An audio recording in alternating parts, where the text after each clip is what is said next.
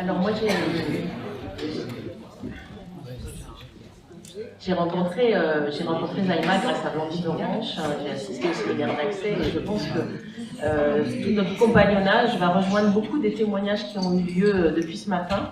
C'est ce que je pensais en passant en milieu d'après-midi et plutôt que de vous raconter ce qu'on a vécu ensemble, la première page et aux nombreux moments personnels, j'ai choisi de vous lire un petit passage d'un livre de Michel Lebris qui s'appelle « Pour l'amour des livres ».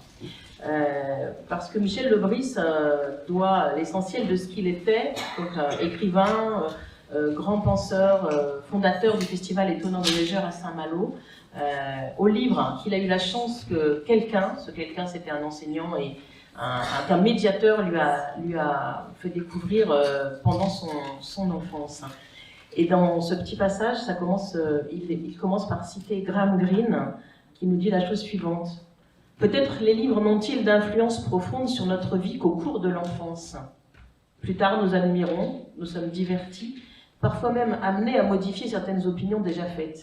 Mais il y a bien des chances pour que nous ne trouvions dans les livres qu'une simple confirmation de ce qui est déjà dans notre esprit, tandis que dans l'enfance, tous les livres sont des livres de divination qui nous révèlent l'avenir. Que tirons-nous aujourd'hui de nos lectures qui puissent égaler l'exaltation et la révélation de nos 14 premières années ?» Alors Michel nous raconte sa rencontre avec le livre important pour lui. Alors ce matin, Marie Bonafé disait que quand c'est plus petit, c'est un travail invisible, donc forcément lui il est un peu plus grand qu'un bébé. Nous naissons, nous grandissons souvent sans en prendre la mesure dans le bruissement des milliers de récits, de romans, de poèmes qui nous ont précédés. Sans leurs appels pour nous guider, sans les échos à leur éveiller en chacun, ne resterions-nous pas, tels des enfants perdus dans les forêts obscures? Il était une fois, et voilà que le monde se peuple de présences invisibles. Ces contes, ces récits étaient donc déjà là, qui nous attendaient, jalons laissés par d'autres en chemin, dessinant peu à peu une forme, un visage, dans l'inconnu du monde, à charge pour nous d'en prolonger le geste. Le monde est parcouru de lignes de chant, écrivait Bruce Chatwin, reprenant un mythe d'aborigène australien. De lignes de chant que chacun doit parcourir et reparcourir sans cesse. Et sous ses pas, en écho à sa voix, chaque chose nommée oiseau, plante, roche, alors s'éveillera. Mais que les hommes un jour interrompent leur chant, et le monde à coup sûr s'effacera, et nous avec lui.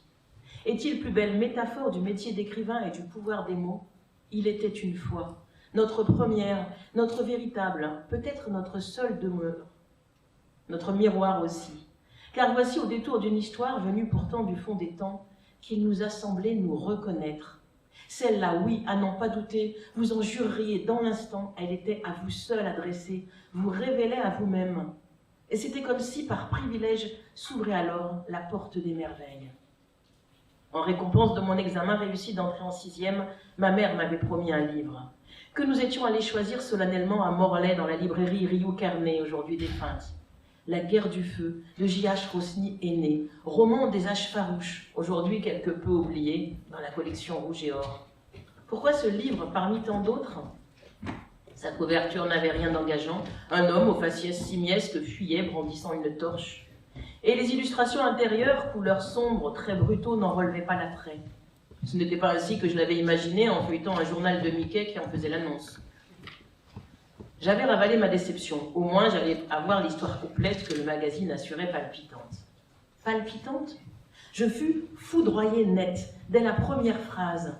Les oulames fuyaient dans la nuit épouvantable. Fous de souffrance et de fatigue, tout leur semblait vain devant la calamité suprême. Le feu était mort. Quelle entame! Comment dire cette sensation d'être pris, emporté? J'avais poursuivi comme en état second. Il n'y avait pas d'étoiles.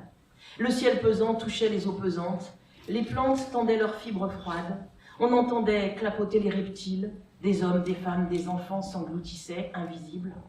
Un monde s'ouvrait devant moi, prodigieux et terrible dans le déploiement de sa puissance. Les aurores se creusaient en lagunes de soufre, en golfes de béryl, en fleuves de nacre rose, des nuées couleur de schiste roulaient sur l'étendue, le sol grondait sous le martèlement de hordes d'aurochs aux mufles écumants. Les eaux stagnantes grouillaient de sauriens, une vie sourde têtue s'obstinait dans les hautes herbes. Et les phrases du livre roulaient comme vagues de la mer, charriaient dans leur flux images et mots rares, éclataient triomphales sur les récifs. Oui, ce livre était comme la mer, là dehors, contenait en lui toute la fureur d'un monde en gésine. Animaux, végétaux, êtres humains y paraissaient traversés par les mêmes forces premières, brassés dans le même tohu-bohu formidable. Et sous ces phrases, j'entendais s'éveiller le grondement de la grève de Tréhouren à 2 pas qui m'avait bercé avant même ma naissance.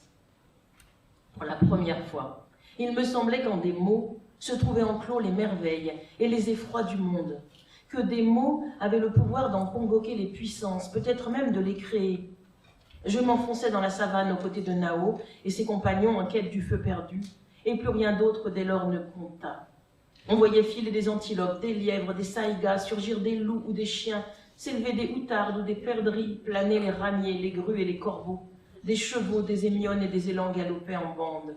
Un ours gris avec des gestes de grands singes et de rhinocéros, plus fort que le tigre et aussi redoutable que le lion géant, rôda sur la terre verte.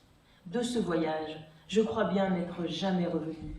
J'en murmurais les phrases, les roulais sur la langue avec volupté, les déclamais face au grand large, et la respiration de la mer enflait, montait alors vers moi, me soulevait, et j'étais en ces instants le monde même. Et puis, je voudrais juste finir avec un autre petit passage de Michel Lebris, parce que je me suis souvenu qu'en juillet 2015, Zaïma m'a envoyé un message. Elle était en Pologne avec ses fils. Elle me dit être partie à la demande de son fils Fadel pour tenter de comprendre Auschwitz. Elle m'écrit juste ceci, elle me dit « Nous avons rencontré des gens extraordinaires, un voyage nécessaire. Les enfants nous font grandir et voir le monde et l'histoire différemment. » Alors ce petit extrait encore de Michel Lebris, qui lui fait écho.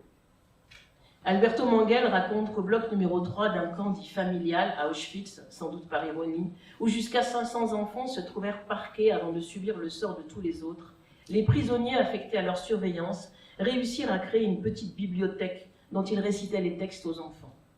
À Bergen-Belsen, les détenus se passaient comme un trésor précieux, un exemplaire qu'ils avaient réussi à sauver de la montagne magique de Thomas Mann. Comment avons-nous pu oublier ? Les bourreaux, eux, savent bien ce que portent les livres et qu'ils n'ont pas de pire ennemi. Là où on brûle les livres, là on finit par brûler les hommes, écrivait Heinrich Heine en 1817, plus d'un siècle avant le grand auto-da-fé sur l'avenue Unter den Linden, dans la nuit du 10 mai 1933. La liste serait longue à dresser jusqu'à aujourd'hui, des bourreaux brûlants, censurant, refoulant dans le si bien nommé enfer des bibliothèques, ce qui pourrait rappeler ce qu'est un être humain. Comment avons-nous pu oublier la grande idée portée par les livres au point de les reléguer au rang de passe-temps relevant du loisir ? Alberto Manguel a raison. Il se passe d'étranges choses la nuit. Dans le silence de la maisonnée, avec pour seule lumière la lampe devant votre bureau, quand s'éveillent dans la pénombre de multiples présences. Parfois, il me semble que mes livres me guettent, m'observent. Parfois, j'ai le sentiment qu'ils m'enveloppent avec tendresse pour toutes les portes qu'ils m'ouvrirent sur le vaste monde et sur moi-même, et pour ceux d'entre eux auxquels j'ai réussi à redonner vie. Voilà bien longtemps qu'ils sont entrés en moi. Voici bien longtemps que je suis un des leurs, et qu'entre nous s'est tissée une histoire qui pour moi fut belle, et je souhaite à chacun qu'il en vive une semblable. Ils sont tous là, près de moi, qui m'attendent. Quand sera venu le temps de mon dernier livre, je m'éclipserai de ce monde pour les rejoindre. Et tout sera bien.